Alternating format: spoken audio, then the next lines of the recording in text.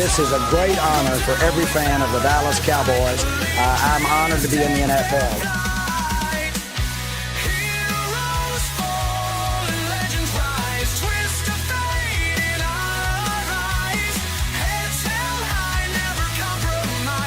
What can I say?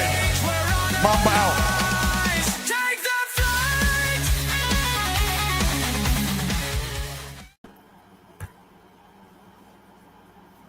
All right, what's happening, everybody? Excuse me. Welcome to the afternoon show presented by ESEN. I'm Chris Gonzalez, joined by Jay McLovin and Tony Gonzalez. How's it going, guys? Doing good, going good. We're doing good, man. It's hot as hell out here. Still hot as hell. Got a little rain cloud. Came by, waved at me, gave me the middle finger, and kept on moving. No big deal. It's supposed to cool down here. I think starting tomorrow, be in the 70s. That'd be nice. Yep. Well, guys, let's get right into with a little bit of Major League Baseball.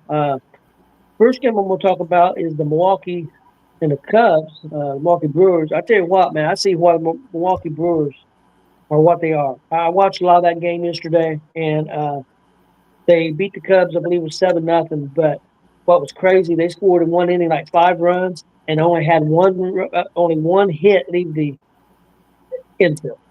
And what I mean by that, they just put the ball in play. I mean, and they didn't give up double plays. They got a couple walks, and then they just sacrificed people in. They're just doing everything right now, and they just destroyed the Cubs yesterday. Supposed to play a doubleheader against the Cubs today. Some people are saying they should try to play 3 games a day because they don't think they're going to get the other games because of rain in Wednesday and Thursday. So, could you imagine a triple hitter? Oh. Yeah, I don't think they could do it. I think it'd be too much. But Milwaukee's very impressive right now. The Reds got a big win for them yesterday. With the Mets being off, it puts the Reds back one game of the wild card. Jay, what happened to Houston Astros? They got destroyed yesterday. 12-0. And then the Padres lost to the Giants 5-. I think it's 4-3 or 5-4. The Dodgers lost to Colorado 5-4. So I think the Giants game is 4-3. Dodgers was 5-4, I believe. But guys, what you guys take? Chris, let's go to you first on the Reds. I watched quite a bit of that game. Reds look pretty good. I tell you what, man, that third baseman that they got is just outstanding. How many? He's going to be a Golden Glover, and how many games he's helped them win already with his defense. Oh yeah, he's really solidified our defense, especially at third. Like he's already made in the 2.5 weeks, 2-3 weeks. He's 2.5, 3 weeks. He's been on the team. He's already made at least 6 or 7 like game-winning plays that the other guys that we were playing at third base wouldn't have made. And Brian Hayes he's been coming up with some big hits in key moments as well. Like he got a big home run the other night. Hell, he's hit more home runs with the Reds than he had all season with the Pirates. He'd only hit like 2 all season with the Pirates. He's already, I think, hit 3 for the Reds in the first few weeks that he's been with us. But no, Reds played a good game yesterday. Ended up with 11 hits. Had three leadoff triples last night. And anytime you can lead off an inning with a triple, I mean, they cashed in on 2 of those.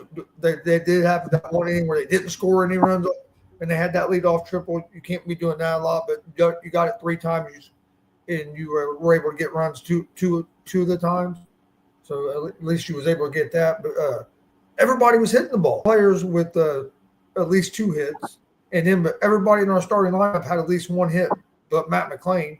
But he had a sacrifice fly for an RBI. So like everybody on our team last night contributed offensively. And tell you what, I'll tell you what else is encouraging. Seeing the Brewers play the Cubs. Because the Brewers smashed the Cubs. The series before that, the Brewers were smashing everybody. Yeah, they beat us in that series. They didn't smash us. We went to extra innings, 2 games with them, and we should have won it very easily. Could have swept the Brewers. So, I mean, that really shows me what kind of baseball the Reds are playing right now as well, because if you look at it, we're the only team that has really competed with the Brewers here in the last few weeks. They've been really smashing teams. Yeah, about the last 3 weeks. That's true. Reds played a solid game last night. No errors on defense.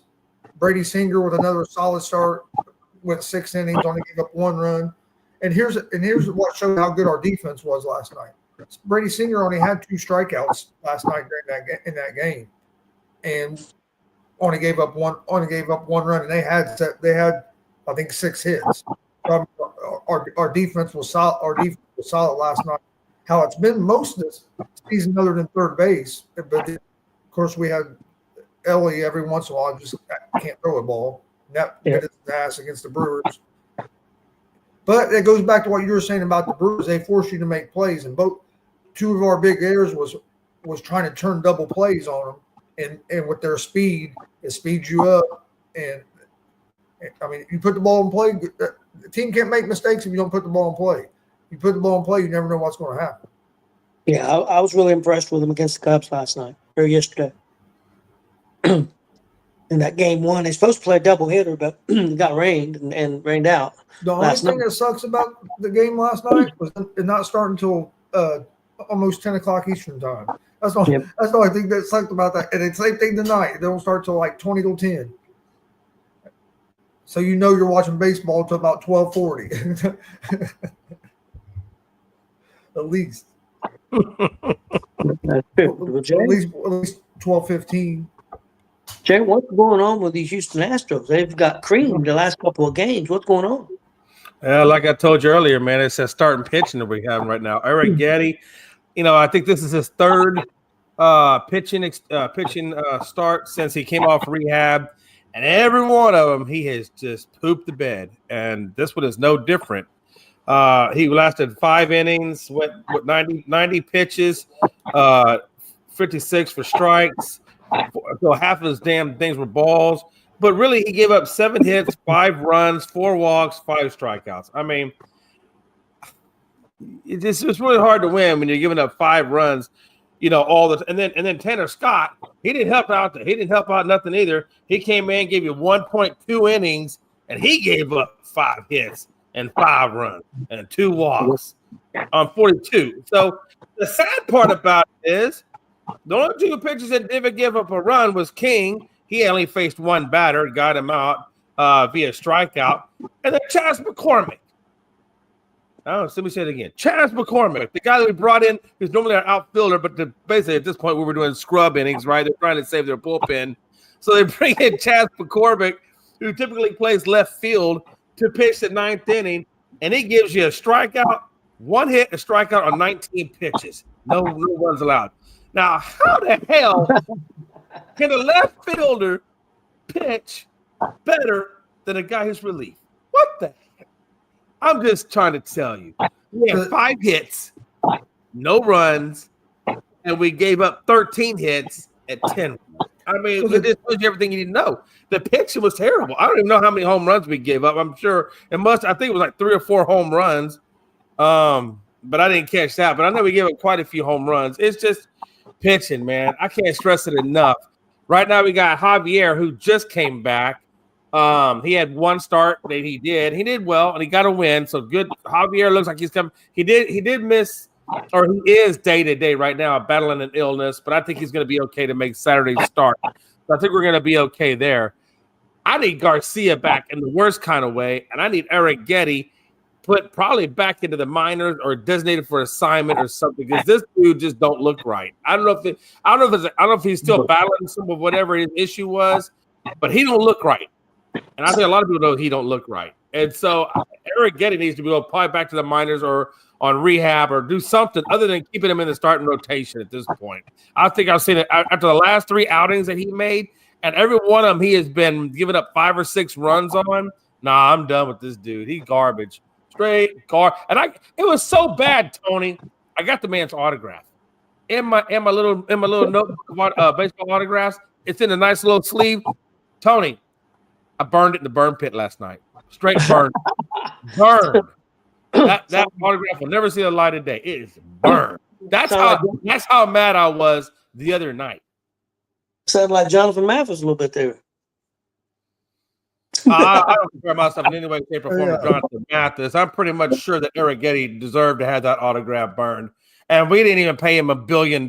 So I don't know, but it was just garbage. He was just straight garbage. And the thing about it was, or I guess I should say, our only saving grace is the fact that Seattle pooped the bed almost not as bad, but almost. I think they lost 12-5 last night to the Phillies. But in all honesty, if it wasn't for Seattle playing just as bad as we are right now, we would be buried. I mean, if we were in your, I guarantee you, Gonzo, if I was in your division right now, I would venture to say if I was in the Phillies division that we would probably be in third place. I don't even know where we are, but I'm pretty sure we'd probably be in third place in the National League right now. That's how bad we're playing.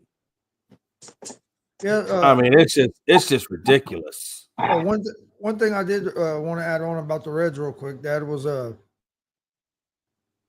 another thing that was big about last night's game was we didn't have to use Santillan or Emilio Pagan. Didn't have to use, because both of them have pitched quite a bit here lately, especially the closer Pagan. Well, Santillan too, he gets used more than anybody.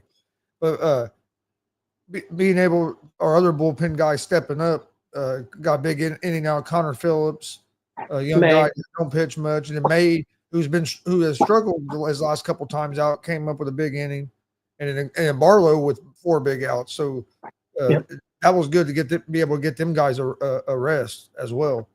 And then I tell you what, if you start looking at it, it looks like the Reds might just be starting to play their best baseball at the right time of the year. I agree.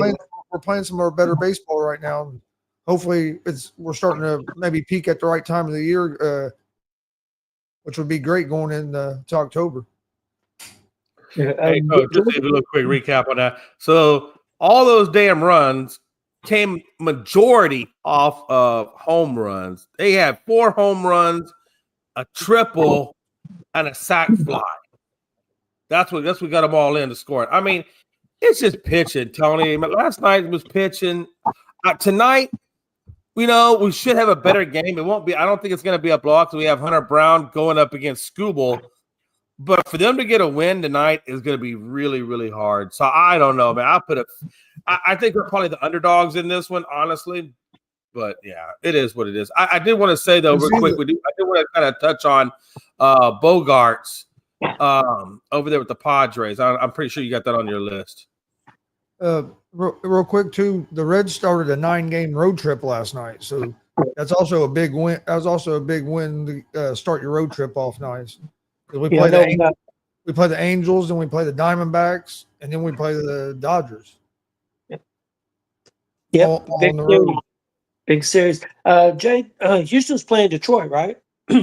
Yeah, I got 2. We got last night was the first game of that series, so we got 2 more against Detroit, and then I'm not really sure where we go after that. Well, you guys are hitting Detroit at the wrong time. They've won, I think, 5 or 6 in a row. They're starting to play good again. Detroit is. Yeah, they're definitely heating up. Before we move on, I have a question for both you guys, real quick. Okay. When you Go ahead. how do you rather consume a baseball game? Do you like watching it on TV better or listening to it on the radio? Because the reason I asked this question, because last night I was home, but I listened to the whole game on the radio. I never came in the house and turned on the TV. Me myself, I almost, if I'm not like at the game live, I almost rather listen to it on the radio than watch it on TV. I was just wondering, like, what do you guys prefer? Me, probably the radio, but that's because of what I grew up on. Because me and my dad always listened to the Reds games, even though he was a Giants fan, but couldn't get the Giants games, of course. But you got the Reds games, and we didn't get Reds games on TV. We was lucky to get 10 Reds games on TV back in the day. So my dad was a big WLW fan, 50,000 watt AM station. So he listened to it all the time, and like I said, he listened to the Reds. He listened to the Reds every game, just about. So yeah, and when we worked at the factory, we weren't allowed to listen to radio unless there was a day baseball game or a sporting event. They would let us break out the radios. So yeah, the radio was pretty big for me. Yeah, they're both different experiences. I think if you want to really get a more detailed version of what's going on, I'd probably listen to the radio. And I think a lot of times you listen to the radio, you're more apt to tune in and pay attention. I think a lot of times when it's on TV, Gonzo, I think we get distracted and we kind of catch little bits here and there. We're not really fully focusing because you got the visual and the audio. But so, yeah. And then too, it depends on who's broadcast at the baseball game. If I got to listen to some foreign dude or like the away team's broadcasters, yeah, I'll turn on the radio real quick. Well, I want to hear my podcasters. Another thing I do a lot, if I do watch the game, when I am watching the game on TV, is a lot of times I'll have the TV muted, and I'll listen. I'll be listening to it on the radio. That might be a good idea as I'm watching it because the Reds radio guys are awesome. They've been there for a long time. I love listening to them call games. That's I listen to it on the same station Dad was talking about usually. Right. I mean, like if Milo Hamilton, which I don't think is still with their Astros anymore, I used to love listening to Milo Hamilton. Now he did call the games on the radio. I mean, on the TV, and I love Milo Hamilton. I love the way he does. I like the way he, it's just he's not. He's gone now, but he used to be an amazing one. Second one was I like listening to Larry Durker. He was a former Astros pitcher. I like listening to him. And in terms of basketball, I miss the days of Calvin Murphy and Bill Worrell. Them dudes could call a basketball game. I mean, it was good. Like they had real good chemistry. Everything was beautiful. But this is a long time ago. This is back in the 90s. Nowadays, I think I probably would do like what you do, Gonzo. I think I just watch. I'm going to start doing that. I'm going to watch it on TV, but listen to it on the radio. Because I do think I don't like to listen on the TV, honestly. Because like last night, I listened to the whole game, but I just was sitting out in the garage listening to it on the radio. I never came in the house and never turned it on the TV, and I was enjoying just sitting there listening to it. I think some of it is what Dad said, because up to maybe 7, 8, 9 years ago, we didn't get very many. You couldn't get very many. I don't know, maybe 10 years ago, but you didn't get very many Reds games. So if you wanted to keep track of the Reds, you had to listen to it on the radio because we only maybe got like 30 games a year on TV, and then it got to where we got almost every game, and I started watching a lot more of them. But I got used to listening to them on the radio because that was the way really the only way to follow them from where we live, because we didn't get very many games. Yeah. Guys, let's move on to a little bit more baseball news. I know Jay said he had something, but I've got one other thing here. Philadelphia Phillies pitcher Zach Wheeler, he's their ace, had a procedure to remove a blood clot in his right arm and was put on the 15-day disabled, 15-day injured list. That could be this is the wrong time of year for that to be happening. And again, that's all the details I had. I mean, hopefully he can come back in 15 days, but with and they didn't say exactly what the procedure. I'm sure it's some type of surgical procedure, but they didn't say surgery. They was careful not to say surgery. But that's not good news for Mr. Wheeler and for the Phillies. Yeah, I know they put him on a 15-day IL. That just means he can't come back until 15 days. That's pretty much the minimum. But with the blood clot, especially a surgical procedure, you don't know if clots could reform. I mean, there's no way to guarantee there's no way to estimate when he's going to come back, right? I mean, they're going to obviously have to do a couple of follow-up appointments, right? Spaced out over time. So I wouldn't be surprised, Chris. I wouldn't be surprised if you don't see that man back. Even at the earliest, I don't think you'd see him back until the playoffs. I would be if he comes back before playoffs, I would be shocked. I personally wouldn't be surprised if he's out all the way till next season, because blood clot, you can't play around with that kind of mess. That stuff dislodges, goes to your heart. You're dead. You die on the field. So you got to imagine that the protocol for him to come back. I mean, that's like the same with Wembanyama. And I forget, maybe it was Giannis that also had it. Remember when they had that deep vein thrombosis thing that they had up in their shoulder, and he was out for the season? I kind of look at this like that almost. Like he could be out I would imagine he might even be out for the season. If he comes back, I would be shocked. Well, that was the word that they used. It said blood clot, but also said thrombosis too. So in the right arm. Well, one article said right arm, the other one said right upper extremities. And I read two different articles. Yeah. Chris, your take. I mean, I think he'll probably be back. It'll just be hard to say because they'll put him on probably some blood thinners and stuff and some medicine, try to get it under until they get it under control where they feel like there's no more clots. They're not going to put him out there. So it's going. You just never know. He could be back in three weeks, or he could be back in 2 months. I mean, you just never know when it comes to stuff like that. I mean, we saw with Damian Lillard had them clots in his leg, and he was able to come back in like I think it was like a month and a half and play. But then we've seen guys that it takes a lot longer as well, like Jay was mentioning. So you just never know. But I think that he'll probably be back out there. But I mean, he could not as well. You just never know how it's going to heal up. I mean, hell, one of my best friends, that's how he passed away, was a blood clot from his leg to his heart. So, I mean, it's not something you can mess around with. And it happened quick. It happened in a matter of hours. I can imagine a doctor out there that would put his name on a clearance bill. He knew absolutely 100% sure that wasn't, because otherwise, I mean, if that dude was to die on the field or whatever, man, it'd be all over. For him in his career, it'd be all over. Yeah. Jay, you said you had something else. My friend, it happened with. Go ahead. Go ahead, Chris. No, I was just going to say when it happened with Eric, it was like you said, in just a couple hours, but it was also at the hospital. He got to the hospital, and then it went from his leg to his heart. Yeah, I don't play around with those blood clots. That's just that and fat ambulize. And fat ambulize are nothing more than a blood clot, except instead of blood, it's fat. So you got fat clots. Yeah, I don't play around with any of that stuff, man. It's just too hard to predict. But I know them doctors are going to do what the right thing is. I would imagine so. But yeah, Xander Bogaerts. I don't know if y'all caught that with the Padres. He went up for the ball as it was leaving the field, and he caught it right at the wall. He caught it, but before he caught it, the fans went like this, like over the wall a little bit, like this, to where he couldn't see, and so he went into his glove, and then it came out of his glove.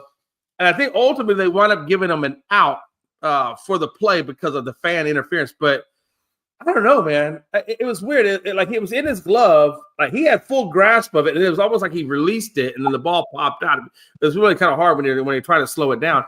But what do you think about that? You know, if fans are doing that, even though they didn't touch the glove, they didn't do anything with the glove. They just put their hands like this over the white line, the ones in the front row, like this.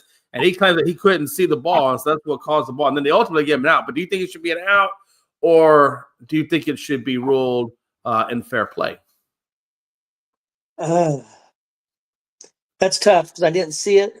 I seen what happened earlier this year, and not only did the fan interfere, and they end up getting they ruled I thought it should have been a home run, but they give the guy a double because the guy caught the ball. The guy came on the field and caught the ball, and they argued and you got a double, and that guy got ejected from the game. He got thrown out.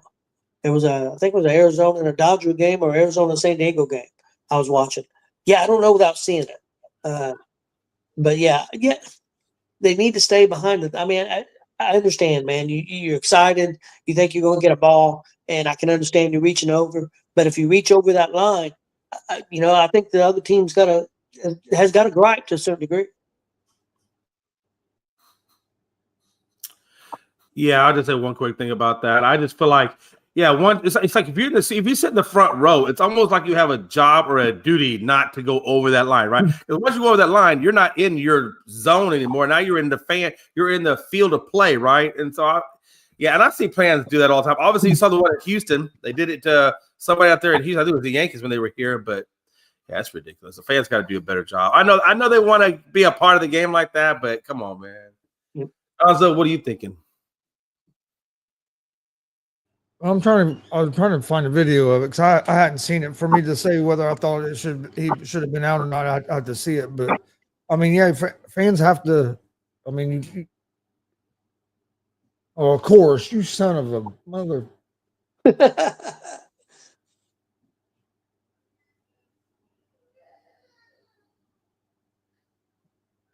Hold on 1 second. Okay, caught it. That's close. I mean that's close. He didn't complete the catch. It was in the tip of his glove, and it came out and went over the wall. They first called. I guess they had first called it a home run, and they overturned it. The fans was right there over his glove, so I could see the interference. Yeah. I mean, I can understand that they didn't touch it. But so I mean, I would have. I mean, if I was the umpire, I'd probably have called fan interference as well. But yeah, you're right. As a fan, you got. I mean, that's something you kind of got to be. If you're sitting that close, you got to think of because you can. I mean, you can really cost your team if you're not playing that, and then you can also, like you said, get yourself kicked out or get yourself coming to games. Hell, last night during the Reds and Angels game, you had a fan jump over the fence in the outfield and was running on the field. Last night, I think it was the 7th or 8th inning. Fucking Noelvi Marte's getting ready to come up the bat, and all of a sudden there's a fan running around the field. They had to get hurt, and Marte got to finish his at bat. So I mean, yeah. So I mean, I don't know why you would do that because like now you're never going to another baseball game again. So Yeah. I just don't get it. Okay, guys, let's move on. Got a little NFL news. The first one I seen I was watching a little bit of the Bengals game last night, and there was a report from a local station. They talked to Trey Hendrickson, and he said that him and the Bengals have agreed upon an average salary and the years, but the problem and the holdup is the guaranteed money. That they can't come to an agreement on the guaranteed money because he wants a certain amount of guaranteed money. I guess that's they're way apart. Yes, and that's the issue that's holding everything up. And so he could end up getting traded, or I guess a lot of people I've seen it on McAfee's show, which he's on vacation. A lot of people feel like that he won't play, that he's not going to give in. He is not going to play. He'll sit out. Some people say he might retire, but that'd be crazy.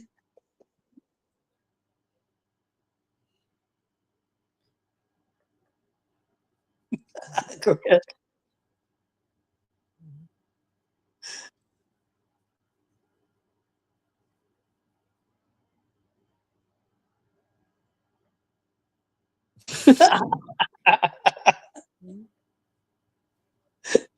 Yeah, my bad, man. I was trying to find this thing. I forgot I was muted. You know what? That didn't fine because you know what? I mean, Jay didn't interfere, and Chris ain't blowing a blood vessel, so I guess we're doing good. hey, sometimes you got to know when to take those wins, Tony. You got to know when to take those damn wins. I know when to hold them, know when to fold. Man, I'm telling you, I have held them for far too many times. But no, it depends on, I'd be curious to know how much guaranteed money was he offered? I haven't heard that. He did not. I'm sorry. I'd be curious to see how much money he was offered because I mean, I'm curious to even know what the contract was. I mean, if he's turning down the guaranteed money, I get it because again, if you get hurt, you can have the biggest contract in the world, but if your guarantee isn't nowhere near what you're looking for or in the ballpark, what would be compensable if you get, I don't know, a season-ending injury or a career-ending injury to where you can't ever get another contract. I understand where he's coming from. I understand his viewpoint on that. I just would be curious to know how much money he turned down or is arguing about. Yeah, because like I said, the average salary they're good with, the amount of years they're good with, it's just the guaranteed money. So I don't know, because like I said, they didn't give a.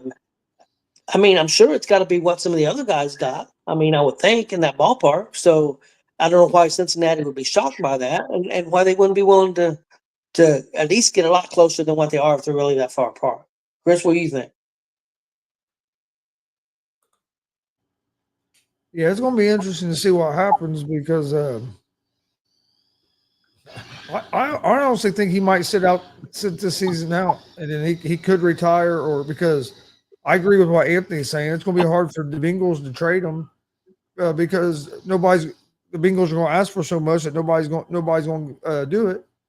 So I don't see a trade happening, especially this late in the season. It's going to be even harder to get, or late in the off season. It's going not season off season.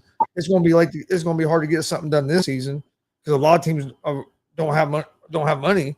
Because you're going Anthony was saying in this last comment, you're going to have to sign him to an extension. Plus, you're going to give up picks and players or whatever else to get him. So so it's not going to be easy for a trade to get worked out, especially during this offseason. So I'm kind of leaning toward that. I think either they get something figured out or he sits out is what I think. Let's see if I can bring this in real quick. Oh damn! I'm fucking up. While he's doing that, Chris, what are you thinking about Indiana Jones? There we go. Starting quarterback, Indianapolis Colts. It didn't surprise me. Actually, I think it might have been yesterday on the show, but I know Saturday Saturday evening I was asked who I thought they was going to be the Colts starting quarterback, Richardson or Jones, and I said I thought it was going to be Jones, and I thought that he was going to announce it on Tuesday, and the reason I thought he was going to announce it on Tuesday was I listened to quite a bit of the preseason game Saturday against the Packers, Colts and Packers on the radio. And then after the game, I caught the Shane Steichen press conference. And he said he was real close to making his decision. And just from hearing him talk, and then I knew that today was his regular press day. So I figured he would announce it today because usually whoever your starting quarterback's going to be usually don't play much your last preseason game. So I figured he was going to want to announce it before our last preseason game Saturday, because now Richardson's probably going to play most of that game instead of Jones. You know what I mean? Because usually you don't play many of your starters that last preseason game. So that's why. There was already regular press day, so I figured to get announced today. But from the reports from the stuff I've been reading and like hearing on, like even during that broadcast, hearing like some of the radio guys that have access to the locker room, and some of the players that have had some of the retired players have had access and have seen some of the stuff. Just listening to them talk, it felt like to me that Steichen was leaning toward Jones. So that's what I figured was going to happen. And I thought it would happen today. I don't think either one of them are. I don't know if either one of them are the future of the Colts. I think Jones is the better quarterback right now. Gives the team the best chance to win right now. I know some people are upset. Oh, you have to give Richardson longer. You gave him 2 years. He ain't been able to stay healthy, and he has been healthy. He's completing 40% of his passes. I mean, you can't say they didn't give him a fair chance. Hell, he got hurt in the preseason this year too. I know it was just a dislocated finger, but from what it sounded like, the team in the locker room wasn't shocked. So that tells me that it probably wasn't as close as some people think, because if the locker room and most of the people that have access to the locker, they weren't shocked that when this decision came out. That means it must have been it was clear, you know what I mean? And usually the locker, like you hear players talk, the locker room usually has a feel of, like they know who the starter should be and who it's going to be.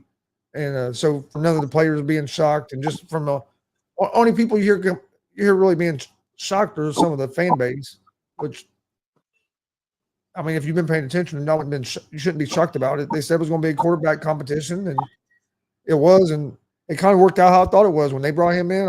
I thought there was a good chance he was going to beat Richardson out, and I think a little bit to do with it is Steichen and Ballard, the GM, like they know their job's on the line. Like Jim's not around no more. You got new people in charge. His daughters are in charge now, so you don't know if you have that leeway you used to have. And then Ballard's for a while, Steichen not as long, but Ballard's been there for a while, and haven't had a lot of playoff success. So like if you are 8-9 win year like you did last year, and you throw Richardson out there like you did last year, and you have the same kind of season, and things go off rails like it did last season, Steichen and Ballard might be out the door. So I think that played into to their decision as well. I think Yeah, I agree. Daniel Jones is right now he can process the defense faster than Anthony Richardson, and I think that's the big reason why Daniel Jones is the starting quarterback over Richardson is because Steichen feels like he can operate the offense and get people in the right places faster and more consistent than what Anthony Richardson can at this time. I agree with you, Chris. I think and what killed me is some of that same fan base that was yelling wanted Richardson gone. There's some of them that now are bitching. So I think some of them just want to bitch to bitch. So that's all I got to say on it. Jay? Yeah. So in terms of Jones, Daniel Jones, I really agree with Chris. I feel like, they brought in Daniel Jones because they were pretty much, for the most part, getting very close to being done with Anthony Richardson. But before they were done with him, they wanted to see what else they could bring in to basically see. Number one, I think for a couple of reasons. One, to see if it was spark Richardson, to see if Richardson was really taking it seriously and really hard to compete. I think number two, because quarterback competition always brings out the best. I don't care what he says. And I think that's what they wanted. They wanted to see what Anthony Richardson had going up against somebody else. They brought in Daniel Jones, was probably all that was really available out there that was somewhat quality, right, to bring in to compete up against Anthony Richardson. But I think that's exactly what they did. And I think they realized when they brought him in that Anthony Richardson, it was his job to win. It was, I mean, he had all the weight. I mean, I think Daniel Jones, all he had to do was come in, showcase what he could do, not go out and do too much, just complete your passes, get off the field, whatever. I think Anthony Richardson, it was really his case to plead to try to get that job back. Like, hey, number one, I can stay on the field. Number two, I can complete the passes. Number three, I can complete the reads. I'm doing all my homework. I'm improving my football IQ. I'm doing this, and this. It was his job to show them, and not so much Daniel Jones. All Daniel Jones had to do is come in, don't screw it up, complete your passes, be a game manager, and the job is yours. Because Anthony Richardson wasn't going to be able to do that. And so, yeah, I think it's absolute. I was really leaning towards it being Daniel Jones's team based off of the track record of what we've seen from Anthony Richards up till now. And I think that's why Daniel Jones got the job. Not to say AR is done, but he's going to have to really figure himself out. I think he'll always have a job as a backup or whatever. But if he ever wants to take that next step and be an actual starter in the league, yeah, he's going to have to figure something out over there. Real quick, I just wanted to show you this real quick, Tony. This is what we were talking about a minute ago, just so you can kind of see what it was. Here you go.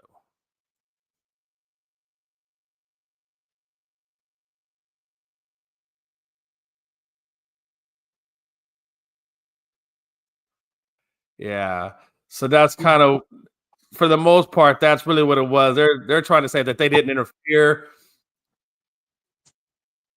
but you can see their hands above his glove.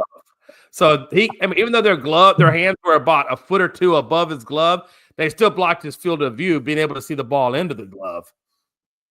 And so I think that's what they were really calling. I personally don't think it blocked the view, but I understand the call, and I think I agree with the call. Of course, looking from that angle, it's kind of hard to tell if they really blocked his view, but their hands were out there in the way. So I have no problem with the call. I don't have a problem. I think with for it. me, I've seen it called like that before. Like if that had been the first, right. Like if I wanted to see, I've seen similar that be called. So it's not like it was out of the ordinary.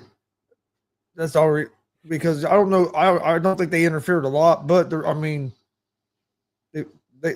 over the line. You're right there. I mean, you would be getting in.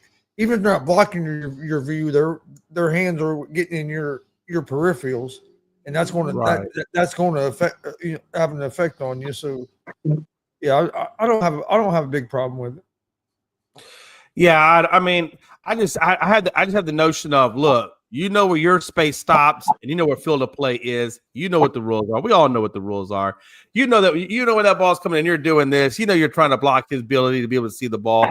That's just the way I see it. And again, I that one even out there in with the Astros, I don't like any fan interference. I'm like, look, the game is a game. And you got to think too, people got money on these games. Think about the bettors and stuff. They got money on these games. I'm not saying that the Padres that one specific catch was going to be a difference maker. I don't know, but when people got money on stuff, like if you're betting on stuff, Well, not just that, Jay.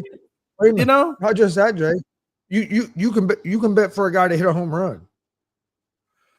yeah. I mean, there's so many bets you can make, right? You don't just bet on the games anymore, like the winners anymore. Like you can pick a guy, like somebody probably pick Bogarts to hit a home run, or I mean, like you can pick like whoever you want to hit a home run that game. So I'm sure there was people that had money for him to hit a home run. That that could have cost the Padres the game. Yeah, it could have cost Giants them the game too. Well, Giants won, so I mean, the Padres want to hit that. If it goes out, if they don't interfere, and if he don't catch it, and it would have been a home run right there's at least a tie game. I don't know if anybody on base. I mean, that was a big play. I definitely think that there was an impact off of that play. And like I said, Gonzo, like I know, man, if you got money riding on something and something like that happens, I mean, it's just not good all the way around. I mean, I just think, and nobody wants to see a net or a barricade or whatever. And nobody wants to see that mess, right? So fans just got to do the right thing and just leave it alone. But anyway, I just wanted to show you all that so you have a better idea, Tony, of what we were talking about. Okay. But in terms of Daniel Jones, hey, I think you never know. Daniel Jones there's no telling what he can do. I mean, in all honesty, I don't think he's a bad quarterback. I think he just had a bad rap out there in New York Giants because the team just wasn't good all the way around. I mean, he really didn't have a whole lot to work with. I mean, he had Saquon. I'm not going to act like he didn't have Saquon, but let's not act like he had like the best wide receivers or offensive line, Yeah. Hopefully with you guys, now he has a running back in Jonathan Taylor. He's got some decent wideouts. He's got a good tight end. Pretty good O-line. Let's see what the man can do. He might be the next Sam Darnold out there in Minnesota or Geno Smith in Seattle. You never know. That's what I'm hoping for. Even Baker Mayfield in Tampa. Yeah. Sometimes you get the right place and the right coaches, things can change. That's definitely what me and Chris is hoping for. Well, I look at it, can't get a whole lot worse. So than what it's been. Okay, guys, I'm ready. Are you guys ready to go in the hot seat? Yeah, my nuts have been warm all day. Let's go. Oh, okay. Okay, guys. First question is, it's baseball. As of right now, who do you have in the World Series? Chris? What do you think, Chris? Ooh, as of right now, I'm gonna go Brewers. I'm gonna stick with the Tigers. I've been on the Tigers all year. Original prediction at the beginning of the season was Phillies and Tigers. Yep. I still think the Phillies can make it, but the Brewers have been impressive. So it's hard for me to pick against the Brewers as of right this second. So as of right this second, I'm gonna say Brewers and Tigers. That's where I was going to go, Brewers and Tigers. Joe. Jay. I know. Hey, they're basically the same person. They're basically the same person. So, Astro fan, Cowboy fan, what the one lives here, one lives in Italy. It's always you know what white people look alike. Even sometimes the Italians. God bless them. God bless them. Yeah. Here's my thing. I think definitely. I can't get that out of my mind now. I think the Brewers definitely are gonna be there. I mean, I don't think just because that winning streak came to an end. I mean, that's still a red hot team. I mean, we saw against last night with the Cubs. So I definitely think unless injuries or something crazy happens to that Brewers team, I gotta imagine the Brewers are gonna be there. It really comes down to the AL side to me where it gets a little bit trickier because Vladimir Guerrero, as you guys know, was doing the split at first base, trying to get the ball to get the guy out, and he jacked up his groin. They're doing MRIs on him. Nobody knows the extent of the injury. So because I don't know the extent of the injury, and I know how groins can keep you out for a little bit of time to rehab and do what you got to do, I'm gonna lean towards. I think that just makes my decision a little bit easier to lean towards the Tigers. The Tigers are heating up. We all know how hard they are right now. Skewball, whatever his name is. I mean, he's just phenomenal. I'm really looking forward to that game tonight because I get to see what he does against Hunter Brown. So he's going to have another tough pitcher to go up against tonight. So I'm looking to see what he does against that. But ultimately, that Tigers team and AJ Hinch, I mean, the guy is just a hell of a man. I don't care what anybody says about 2017, my ass, whatever. You can say whatever you want about it. But that dude is a good manager. No doubt about it. Good manager. And I think he's definitely better than anything that's on that side of the fence or that side of the league. I hate to say it, and I wish I had that guy back. I really do. Nothing. Hey, Espada, you're doing a great job. Don't take it the wrong way, guy. But if I could have AJ Hinch back tomorrow, I would do it in a heartbeat.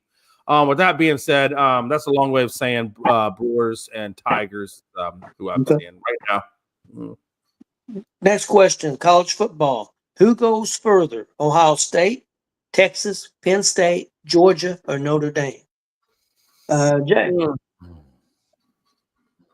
I'm going to go Texas. I'm sorry, you said Jay, right? I don't know if you said my name first or not. Yeah, I said Jay.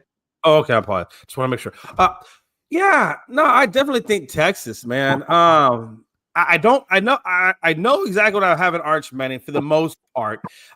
He won every single game that he started in the SEC, and I know people are going to be out there saying, "Well, they didn't." He played Mississippi State and a couple other, regular teams, whatever. Like he was playing ranked teams. I get that. I totally get that argument, but I also understand that you're in the SEC and there's a lot of pressure being in the SEC, and you still got to go out there and perform. You still got to go out there and execute plays. You still got to be able to read defenses and things like that. And he won, and he did it.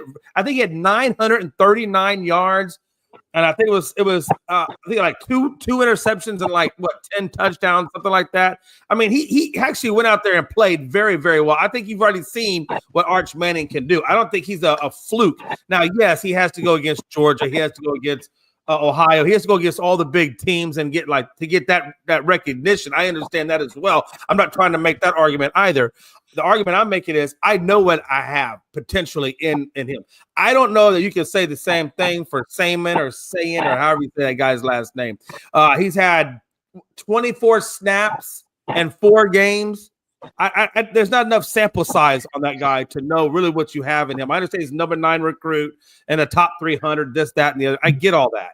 But that doesn't mean crap until I see it on the field and I see it against big-time competition.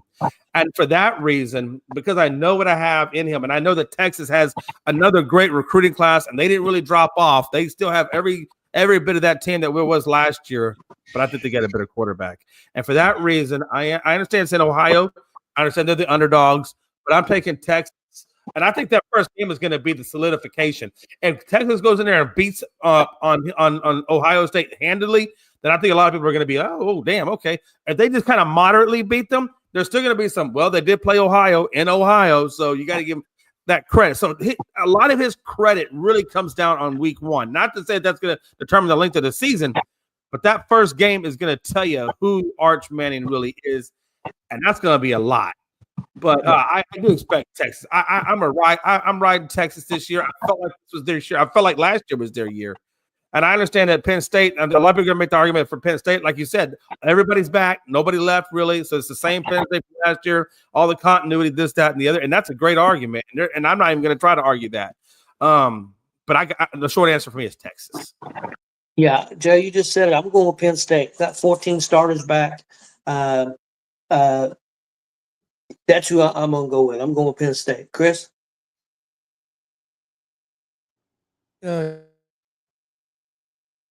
Yeah, I'm going Penn State. I think Ohio State's going to be real good. I think Texas is going to be real good. But Penn State has as of right now, they have the number 1 rated quarterback coming out in next year's draft in Allard. And I've watched a lot of Penn State the last 2 seasons because of the Big Ten. And if you've watched Penn State and saw the jump that kid had made from his first year to last year was amazing. I think he's going to make it even another from last season to this season as well. So I'm a Penn State team. I think is going to be really good this year. They were real close last year to going farther last year than what they did. I mean, it wasn't like they got blown out. But yeah, I think this is the year that James Franklin gets his signature win. So I'm going to go with Penn State. All right, guys. One thing to note, though, on that real quick is that Penn State only missed being named the number 1 team over Texas by 7 points. So it's a very narrow of a margin. So I agree with what you're saying. Okay, number 3. This is just kind of a question. It's not. It could go any sports. Your opinion, who is the greatest sports franchise of all time? Chris. Whew.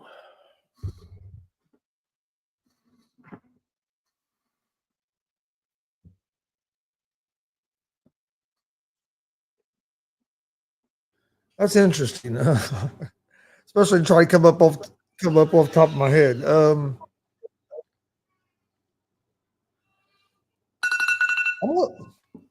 Man, I would probably have to say either. To me, it comes down to probably the New York Yankees, two teams I hate to say, or the Dallas Cowboys. Because if you go by like making money, Yeah.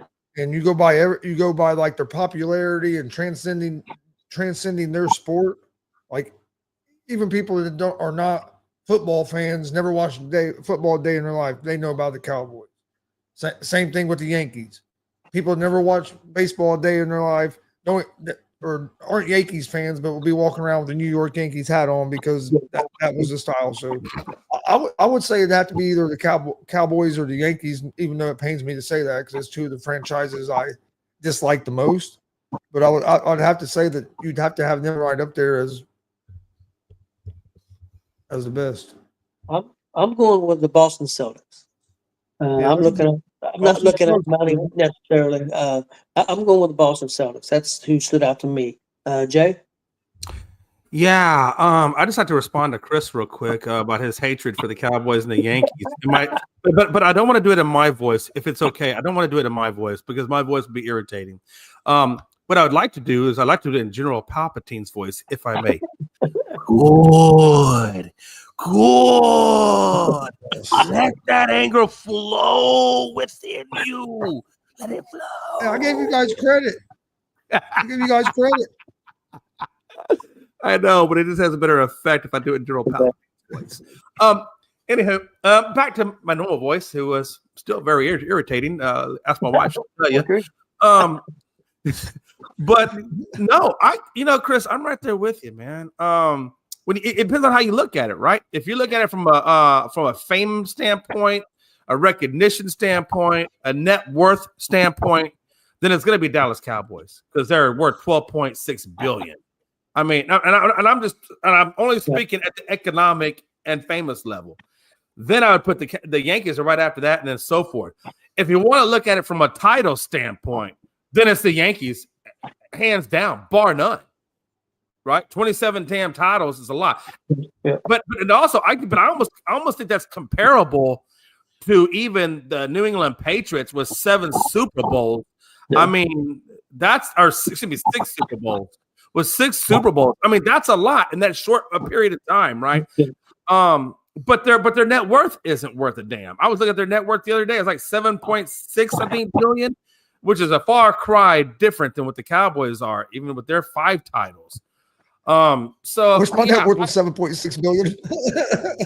I know, right? Damn, I mean, damn, I wish I was too. But no, so if it's economics, they're only worth $1 billion. I know. Hey, trust. No, but I think if it's economics, it's the Cowboys, and if it's titles, then it's the Yankees. I'll tell you this, though. I think the Yankees and the Cowboys have a lot of similarities in terms of the fact that they both spend money, but they don't get a whole lot in the rate of return. And I'm talking like here in the present, not the past. I mean, because you know what else? Yeah. You know how else they're similar? They're both family ran. Yeah, God, how long has Steinbrenner's been there for? It seems like he's been there forever. I mean, like forever. And Jerry Jones, I know he went from the dad to the son. Went from the dad to the son. It's going to do the same thing in Dallas. Unfortunately. I mean, yeah. I mean, I just want to say one last thing. I just feel like, and I tell Frankie all the time. I say, man, look, man, Cowboys at 30 years, and the Yankees right now are at like 15 years. They're like half. I told Frank, I said, you're halfway to where I'm at. Let that sink in for a minute, guy. Okay, guys. Yeah. Next up, who had the biggest impact for the Cowboys? Michael Irvin or Emmitt Smith? Jay? Oh, Emmitt. Michael, damn, I don't know. Michael was a leader. That's one thing I like about Michael Irvin. Michael Irvin was a leader. I mean, he was a physical leader on that team. God, man, that's a damn hard one. I'm just gonna say because how hard it is to run the ball and from a running back standpoint, the injuries you got to deal with and all that craziness. I'm gonna go Emmitt Smith because the longevity that he did, and he did it, and he really didn't have too many injuries. So, but I will tell you this: nobody snorts cocaine better than Michael Irvin. I'm going with Emmett too because I think it helped set up the passing game because they could run the ball. That's why I would think. Chris? Emmitt Smith, easy. Okay. Because of what you just said. The Cowboys, and I know they had Troy Aikman, but if you went back and look at that period when they were winning them Super Bowls, they were a run first team. They wanted to run the ball. They ran the ball. They ran the ball to set up, throwing the ball to Michael Irvin and them guys. So, to me, Emmitt Smith was the straw that stirred the drink. So, to me, he was a lot more important than Michael Irvin. I'll tell you what, though, what really made that damn team was that offensive line that they had. Yeah. Because they would open up freeways sometimes for Emmett, and they would pass protect the hell out of it to get the ball to Michael. So, I mean, as much as I love Emmett, I mean, damn, that offensive line, I cannot praise that offensive line enough, honestly, during that time period. Okay, guys, got one last question. Your favorite sports memories? Chris, give a couple. Favorite sports memories? Watching Reds win the World Series in '90. Watching the Colts win the Super Bowl in '06. There's a couple other ones. Watching Tiger Woods win the Masters. I think it was 2019. I think that was the year. I believe that was the last time he won that thing. Yeah, it was the last time he won it. Watching, I stood at my house in front of the TV all day on Sunday, watching the Masters. Like I won't ever forget that. And then a couple of them, like the comebacks that the Colts made that we talked about yesterday in the AFC Championship game. But them are the ones that pop off. I don't know off the top of my head that pop up. I probably could think of a couple more. For me, 75 Reds winning the series, of course 76 because I got to go to a game. So the 90. So those three championships for the Reds. Also the Colts championship. Also, I was pretty happy when Peyton got another championship with Denver. I liked it. Some Olympic memories too. That there's been a bunch of them. Some of the gymnastics and some big performances and wrestling and boxing and different things just stand out to me because I'm a big Olympic guy. I really enjoy the Olympics. I was getting ready to say I had two more real quick, and one of them was watching Rulon Gardner beat the Krillin or whatever from Russia that hadn't been beaten like 30 years to win the gold medal, and then one of my other favorite sports moments was going to the Hoosier Dome and watching the 2000 wrestling Olympic trials. To get to watch the Olympic trials, watch them guys try to make the Olympic team. That was one of the coolest things I'd ever been to. And I got to meet Dan Gable, who's might be the best, one of the best wrestlers ever. Between him and Carol Sanders. Real quick, sports and entertainment, and you was there too, Chris. Getting to go that Royal Rumble was WWE Royal Rumble was crazy too. So, but going to the Olympic trials and getting to see that many like the best of the best compete against each other for 10 spots, it was pretty awesome. Okay, Jay. Yeah. I mean, there's a lot for me, really. You can go to the Astros in 2022. That was probably one of my favorite moments because of the fact that, the Astros were coming off of the 17 and nobody would let it go. And we had no credibility and this, that, and the other. And then watching them come back and not only get the win in the World Series, but the way in which they did it. They were down 2. They get Michael Brantley gives them the famous speech in the locker room, and they go on a holy tear and come back and win the series. And then when Alvarez hit that home run that sealed it up and it bounced off the wall, and Philly Sports Guy was out there walking the halls of at that time Minute Maid Park, having to congratulate all the Astros fans. Nothing sweets better than the revenge. That's the best form of success. The second best memory outside of that was right before that when we played the Yankees in the regular season, and the Yankees were hot, and then they met us the week that we had that series with the Yankees that led up to the All-Star game. We kicked the crap out of them. I think we won 2 out of 3. Then we had the All-Star break. Then we come out of the All-Star break to play the Yankees in a double hitter and won both of those games. And we just smacked Frankie around like a little rag doll. I loved it because you know why? Frankie could not say nothing for a good 2-week period about the Yankees. And that's and 2 weeks of silence from Frankie is golden when it comes to being badgered about sports. Hey guys, I gotta go. I will say this. I want to say this real quick. My last. I'll go, guys. Oh, you gotta go. All right. Hey, love you, man. Now let me say this one last thing. And we'll get out of here real quick. Chris, my favorite window of all time was because they don't do it anymore. Was watching Nolan Ryan beat the crap out of Ventura on the mound after Ventura stormed it like he was going to do some damage, and then Nolan Ryan puts him in a headlock and just says, "Take this, biatch." Because you don't see pictures like that anymore. Nowadays, it's like, nah, I'm not going to rush the mound. No. I saw Amir Garrett try to spike a guy with his cleats. Oh, yeah. Bro, they didn't play around back then. It ain't like it is these days. You know? All right. It's not. But no. Well, yeah, Jay, you got anything else before we get out of here? Shit. Hey, before we put you on the COPD medication, I'm just going to say real quick, thank you, Joe, and thank you, Frankie, and everybody, and Anthony for chiming in, man. We appreciate the comments. Also, if you like today's comment, don't forget to go to Gonzo's Sports Room on his YouTube and give him a subscribe. I'm sure he'll appreciate you. And then while you're over there, if you go over to ESCN and give us a little subscribe over there too, all of us will appreciate you. Until next time, it's your boy.